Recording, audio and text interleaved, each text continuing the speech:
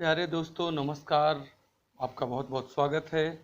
और चलिए आज सुनते हैं प्रेमचंद की एक प्रसिद्ध कहानी, दो बैलों की कथा। यह कहानी है तो हीरा मोती नामक दो बैलों की, लेकिन परोक्ष रूप से भारत के स्वतंत्रता आंदोलन से जुड़ी हुई है। इस कहानी में कहानीकार ने यह बताया है कि स्वतंत्रता सहज में नहीं मिलती, उसके लिए बार बार संघर्ष करना पड़ता है। इसके साथ ही इस कहानी में प्रेमचंद ने पंचतंत्र और हितोपदेश की कथा परंपरा का उपयोग करते हुए इसका विकास किया है। दो बैलों की कथा के माध्यम से कहानीकार ने कृषक समाज और पशुओं के भावनात्मक संबंध का भी वर्णन किया है। तो लीजिए, आपके सामने प्रस्तुत है दो बैलों की कथा। झूरी काछी के दोनों बैलों के नाम थे हीरा और मोती। दोनों पछाई जाति के थे, देखने में सुंदर, काम में चौकस, डील में ऊंचे। बहुत दिनों साथ रहते रहते दोनों में भाईचारा हो गया था। दोनों आमने सामने या आसपास बैठे हुए एक दूसरे से मूक भाषा में विचार विनिमय करते थे। एक दूसरे के मन की बात कैसे समझ जाता था यह हम नहीं कह सकते। अवश्य ही उनमें कोई ऐसी गुप्त शक्ति थी जिससे जीवों में श्रेष्ठता का दावा करने वाला मनुष्य वंचित है। दोनों एक दूसरे को चाटकर और सूंघ कर अपना प्रेम प्रकट करते। कभी कभी दोनों सिंग भी मिला लिया करते थे, विग्रह के नाते से नहीं, आत्मीयता के भाव से। जैसे दोस्तों में घनिष्ठता होते ही धौल धप्पा होने लगता है। इसके बिना दोस्ती कुछ फुसफुसी, कुछ हल्की सी रहती है, जिस पर ज़्यादा विश्वास नहीं किया जा सकता। जिस वक्त ये दोनों बैल हल या गाड़ी में जोत दिए जाते और गर्दन हिला हिलाकर चलते, उस वक्त हर एक की यही चेष्टा होती थी कि ज़्यादा से ज़्यादा बोझ मेरी ही गर्दन पर रहे। दिन भर के बाद दोपहर या संध्या को दोनों खुलते तो एक दूसरे को चाट चूट कर अपनी थकान मिटा लिया करते। नाद में खली भूसा पड़ जाने के बाद दोनों साथ उठते, साथ नाद में मुंह डालते और साथ ही बैठते थे। एक मुंह हटा लेता तो दूसरा भी हटा लेता था। संयोग की बात, झूरी ने एक बार गोई को ससुराल भेज दिया। बैलों को क्या मालूम वे क्यों भेजे जा रहे हैं। समझे मालिक ने हमें बेच दिया। अपना यूं बेचा जाना उन्हें अच्छा लगा या बुरा कौन जाने, पर झूरी के साले गया को घर तक गोई ले जाने में दांतों पसीना आ गया।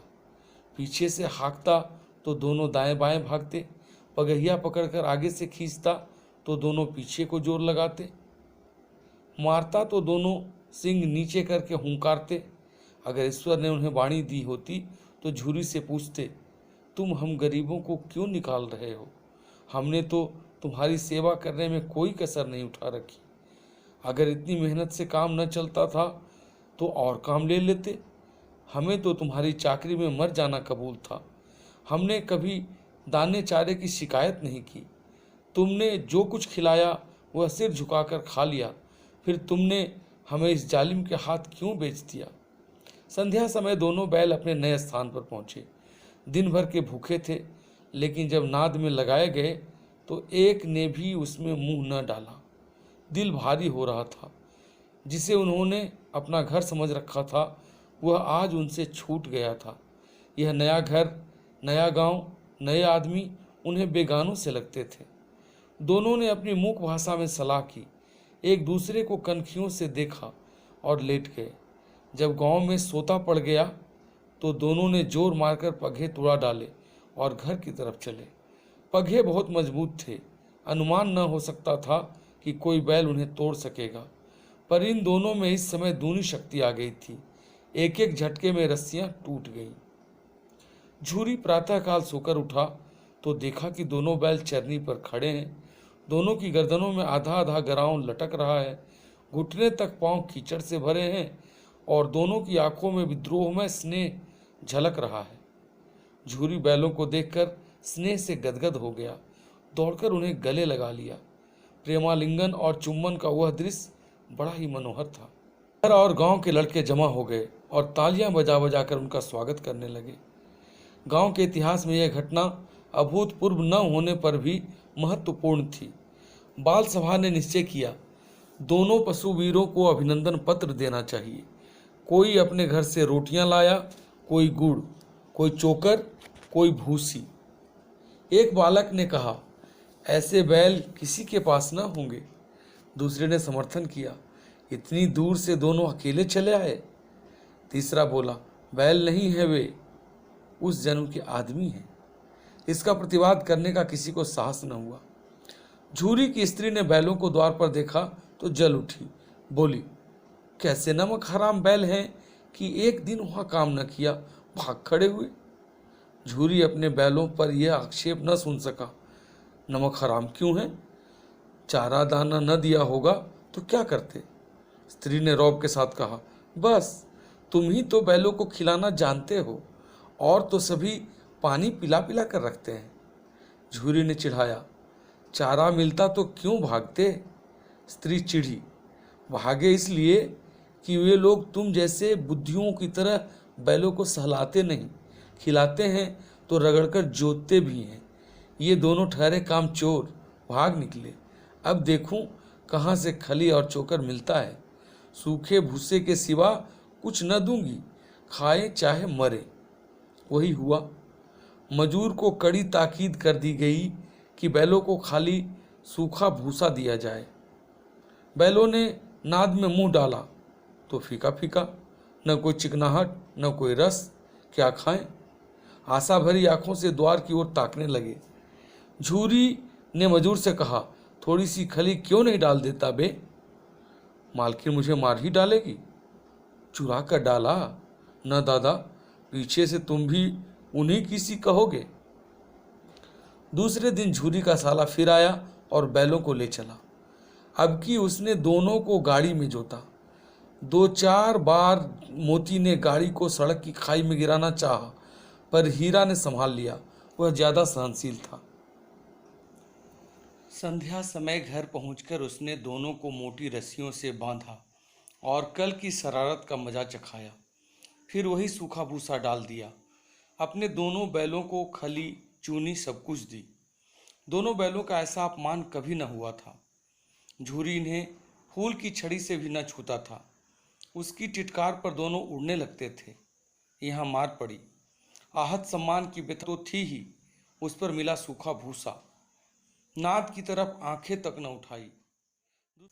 दूसरे दिन गया ने बैलों को हल में जोता, पर इन दोनों ने जैसे पांव न उठाने की कसम खा ली थी। वह मारते मारते थक गया, पर दोनों ने पांव न उठाया। एक बार जब उस निर्दयी ने हीरा की नाक पर खूब डंडे जमाए तो मोती का गुस्सा काबू के बाहर हो गया। हल लेकर भागा। हल, रस्सी, जुआ, जोत सब टूट टाट कर बराबर हो गया। गले में बड़ी बड़ी रस्सियां न होती तो दोनों पकड़ाई में न आते। हीरा ने मूक भाषा में कहा, भागना व्यर्थ है।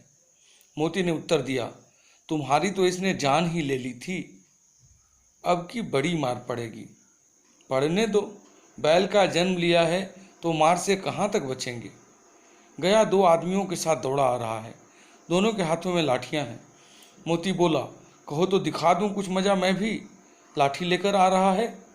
हीरा ने समझाया, नहीं भाई, खड़े हो जाओ, मुझे मारेगा तो मैं भी 1-2 को गिरा दूंगा। नहीं, हमारी जाति का यह धर्म नहीं है। मोती दिल में ऐंठ कर रह गया।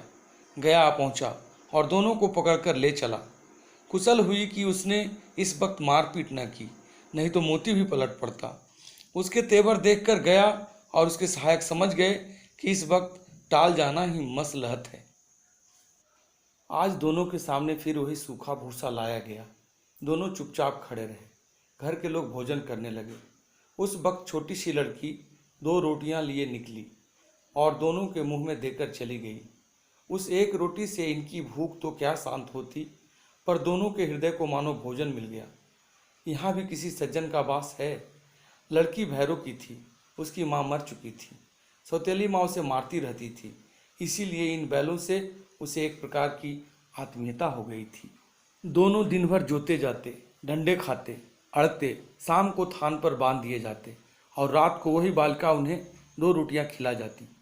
प्रेम के इस प्रसाद की यह बरकत थी कि दो दो गाल सूखा भूसा खाकर भी दोनों दुर्बल न होते थे, मगर दोनों की आंखों में रोम रोम में विद्रोह भरा हुआ था। एक दिन मोती ने मूक भाषा में कहा, अब तो नहीं सहा जाता हीरा, क्या करना चाहते हो?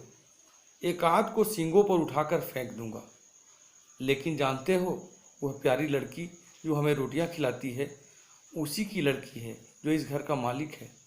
यह बेचारी अनाथ न हो जाएगी तो मालकिन को न फेंक दूं, वही तो उस लड़की को मारती है। लेकिन औरत जात पर सिंग चलाना मना है, यह भूले जाते हो। तुम तो किसी तरह निकलने ही नहीं देते। बताओ, तुड़ाकर भाग चले? हाँ, यह मैं स्वीकार करता हूँ, लेकिन इतनी मोटी रस्सी टूटेगी कैसे? इसका एक उपाय है। पहले रस्सी को थोड़ा सा चबा लो, फिर एक झटके में जाती है। रात को जब बालिका रोटियां खिलाकर चली गई, दोनों रस्सियां चबाने लगे, पर मोटी रस्सी मुंह में न आती थी। बेचारे बार बार जोर लगाकर रह जाते थे। सहसा घर का द्वार खुला और वही लड़की निकली। दोनों सिर झुकाकर उसका हाथ चाटने लगे। दोनों की पूंछें खड़ी हो गई। उसने उनके माथे सहलाए और बोली, खोले देती हूँ, चुपके से भाग जाओ, नहीं तो यहाँ लोग मार डालेंगे। आज घर में सलाह हो रही है कि इनकी नाकों में नाथ डाल दी जाए। उसने गराव खोल दिया, पर दोनों चुपचाप खड़े रहे। मोती ने अपनी भाषा में पूछा, अब चलते क्यों नहीं? हीरा ने कहा, चलें तो, लेकिन कल इस अनाथ पर आफत आ जाएगी, सब इसी पर संदेह करेंगे। सहसा बालिका चिल्लाई, दोनों फूफा वाले बैल भागे जा रहे हैं।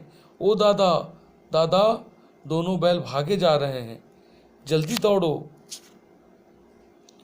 गया हड़बड़ाकर भीतर से निकला और बैलों को पकड़ने चला। वे दोनों भागे। गया ने पीछा किया, और भी तेज हुए। गया ने शोर मचाया, फिर गांव के कुछ आदमियों को भी साथ लेने के लिए लौटा।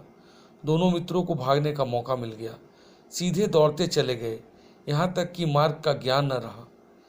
जिस परिचित मार्ग से आए थे उसका यहाँ पता न था। नए नए गांव मिलने लगे।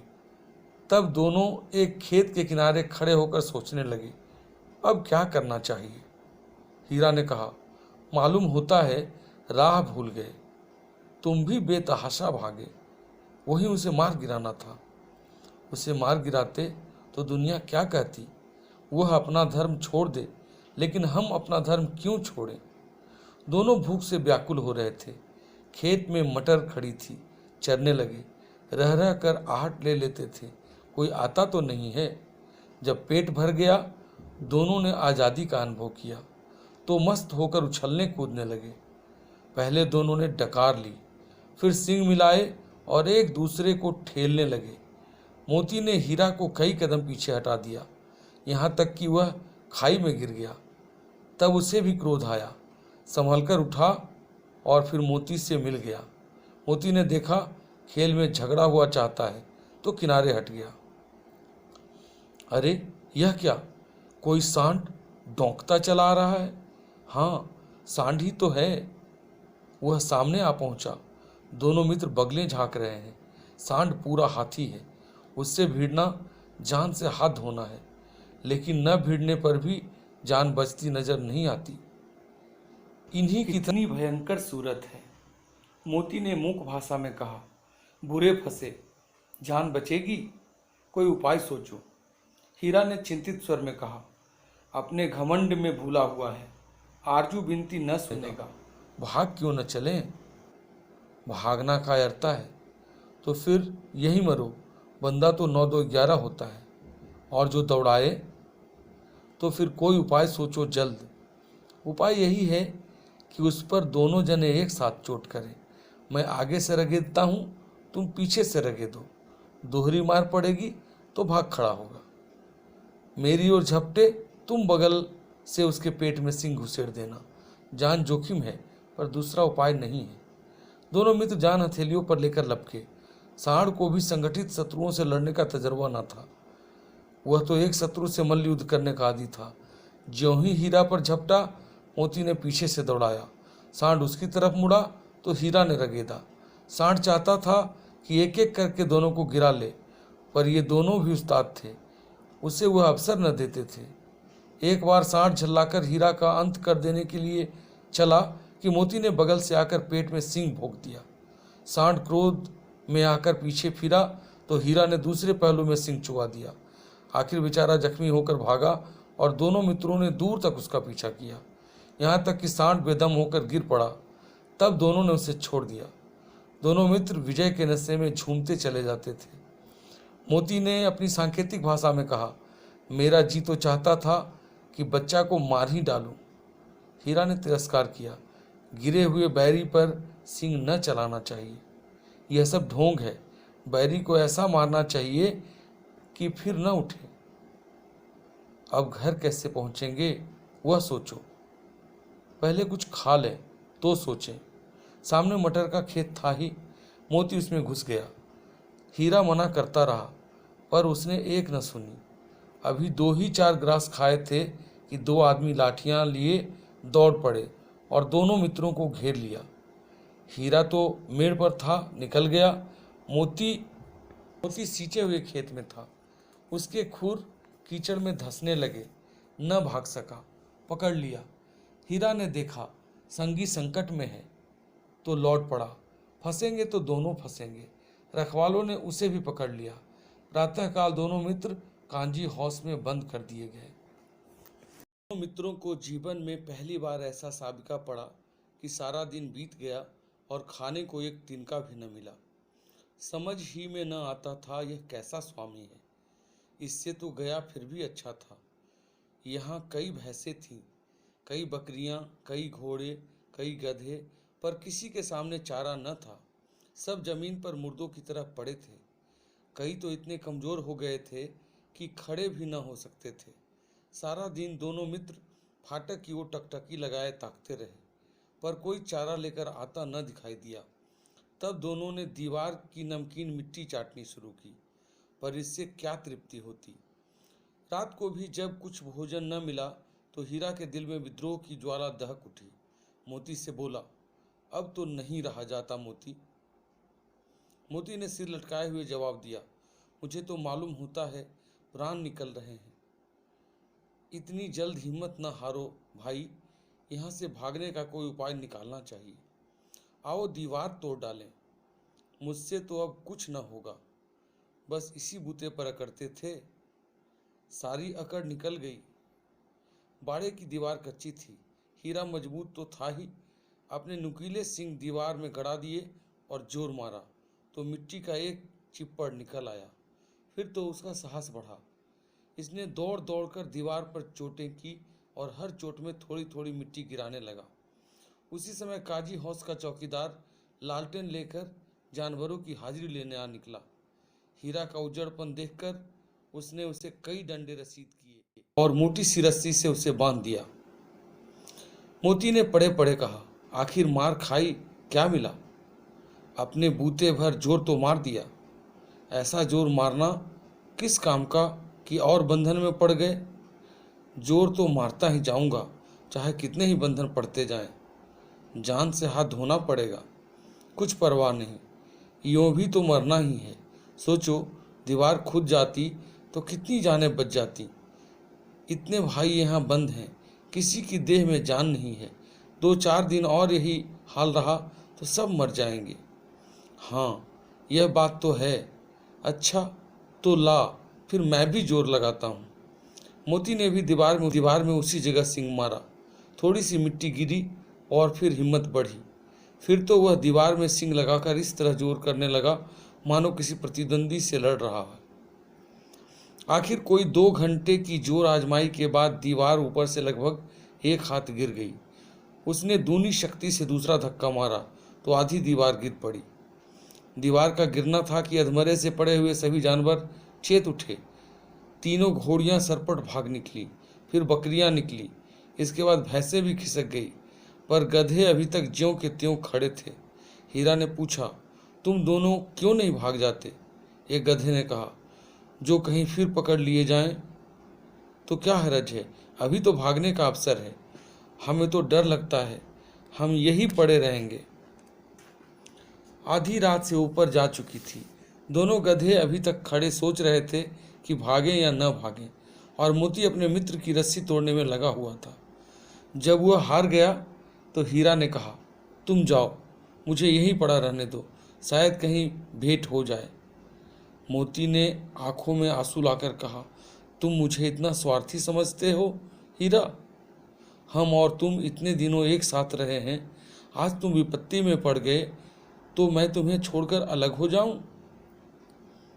हीरा ने कहा, बहुत मार पड़ेगी, लोग समझ जाएंगे यह तुम्हारी शरारत है। मोती गर्व से बोला, जिस अपराध के लिए तुम्हारे गले में बंधन पड़ा, उसके लिए अगर मुझ पर मार पड़े तो क्या चिंता। इतना तो हो ही गया कि 9-10 प्राणियों की जान बच गई, वे सब तो आशीर्वाद देंगे। यह कहते हुए मोती ने दोनों गधों को सींगों से मार मार कर बाड़े के बाहर निकाला और तब अपने बंधु के पास आकर सो रहा। भोर होते ही मुंशी और चौकीदार तथा अन्य कर्मचारियों में कैसी खलबली मची, इसके लिखने की जरूरत नहीं। बस इतना ही काफ़ी है कि मोती की खूब मरम्मत हुई और उसे भी मोटी रस्सी से बांध दिया गया। 1 सप्ताह तक दोनों मित्र वहां बंधे पड़े रहे। किसी ने चारे का एक तृण भी न डाला। हाँ, एक बार पानी दिखा दिया जाता था, यही उनका आधार था। दोनों इतने दुर्बल हो गए थे कि उठा तक न जाता था, ठठरियाँ निकल आई थी। एक दिन बाड़े के सामने डुग्गी बजने लगी और दोपहर होते होते वहाँ 50-60 आदमी जमा हो गए।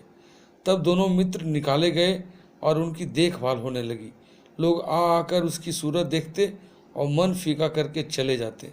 ऐसे मृतक बैलों का कौन खरीदार होता। सहसा एक दढ़ियल आदमी, जिसकी आंखें लाल थी और मुद्रा अत्यंत कठोर, आया और दोनों मित्रों के कूल्हों में उंगली गोदकर मुंशी जी से बातें करने लगा।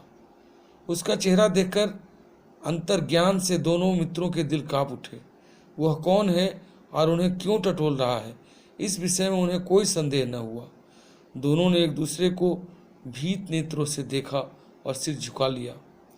हीरा ने कहा, गया के घर से नाहक भागे, अब जान न बचेगी। मोती ने अश्रद्धा के भाव से उत्तर दिया, कहते हैं भगवान सबके ऊपर दया करते हैं, उन्हें हमारे ऊपर क्यों दया नहीं आती। भगवान के लिए हमारा मरना जीना दोनों बराबर है। चलो अच्छा ही है, कुछ दिन उसके पास तो रहेंगे। एक बार भगवान ने उसकी लड़की के रूप में हमें बचाया था, क्या अब न बचाएंगे। यह आदमी छुरी चलाएगा, देख लेना। तो क्या चिंता है, मांस, खाल, सींग, हड्डी सब किसी न किसी काम आ जाएंगे। नीलाम हो जाने के बाद दोनों मित्र उस दढ़ियल के साथ चले। दोनों की बोटी बोटी कांप रही थी। बेचारे पांव तक न उठा सकते थे, पर भय के मारे गिरते पड़ते भागे जाते थे, क्योंकि वह जरा सी चाल धीमी हो जाने पर जोर से डंडा जमा देता था। राह में गाय बैलों का एक रेवड़ हरे हरे हार में चरता नजर आया। सभी जानवर प्रसन्न थे, चिकने, चपल। कोई उछलता था, कोई आनंद से बैठा पागुर करता था। कितना सुखी जीवन था इनका, पर कितने स्वार्थी हैं सब। किसी को चिंता नहीं कि उनके 2 भाई बधिक के हाथ पड़े कैसे दुखी हैं। सहसा दोनों को ऐसा मालूम हुआ कि यह परिचित राह है। हाँ, इसी रास्ते से गया उन्हें ले गया था। वही खेत, वही बाग, वही गांव मिलने लगे।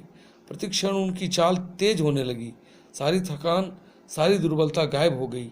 आह, यह लो, अपना ही हार आ गया। इसी कुएं पर हम पुर चलाने आया करते थे, यही कुआं है। मोती ने कहा, हमारा घर नगीच आ गया। हीरा बोला, भगवान की दया है। मैं तो अब घर भागता हूँ, यह जाने देगा? इससे मैं मार गिराता हूँ। नहीं नहीं, दौड़कर थान पर चलो, वहाँ से हम आगे न जाएंगे। दोनों उन्मत्त होकर बछड़ों की भांति कुरेले करते हुए घर की ओर दौड़े। वह हमारा थान है। दोनों दौड़कर अपने थान पर आए और खड़े हो गए। दड़ियल भी पीछे पीछे दौड़ा चला आता था। झूरी द्वार पर बैठा धूप खा रहा था। बैलों को देखते ही दौड़ा और उन्हें बारी बारी से गले लगाने लगा। मित्रों की आंखों से आनंद के आंसू बहने लगे। एक झूरी का हाथ चाट रहा था। दड़ियल ने जाकर बैलों की रस्सियां पकड़ ली। झूरी ने कहा, मेरे बैल हैं। तुम्हारे बैल कैसे? मैं मवेशी खाने से नीलाम लिए आता हूँ। मैं तो समझा हूँ चुराए लिए आते हो। चुपके से चले जाओ, मेरे बैल हैं, मैं बेचूंगा तो बिकेंगे। किसी को मेरे बैल नीलाम करने का क्या अख्तियार है? जाकर थाने में रिपोर्ट कर दूंगा। मेरे बैल हैं, इसका सबूत यह है कि मेरे द्वार पर खड़े हैं। दरियल झल्लाकर बैलों को जबरदस्ती पकड़ ले जाने के लिए बढ़ा। उसी वक्त मोती ने सींग चलाया। दरियल पीछे हटा। मोती ने पीछा किया।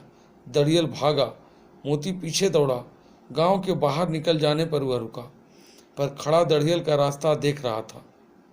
दरियल दूर खड़ा धमकियां दे रहा था, गालियां निकाल रहा था, पत्थर फेंक रहा था, और मोती विजयी शूर की भांति उसका रास्ता रोके खड़ा था। गांव के लोग यह तमाशा देखते थे और हंसते थे। जब दरियल हार कर चला गया तो मोती अकड़ता हुआ लौटा।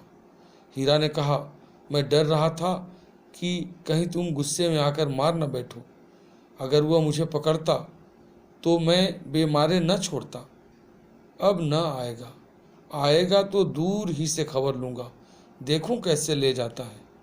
जो गोली मरवा दे, मर जाऊंगा, पर उसके काम तो न आऊँगा। हमारी जान को कोई जान ही नहीं समझता, इसीलिए कि हम इतने सीधे हैं। जरा देर में नादों में खली, भूसा, चोकर और दाना भर दिया गया और दोनों मित्र खाने लगे।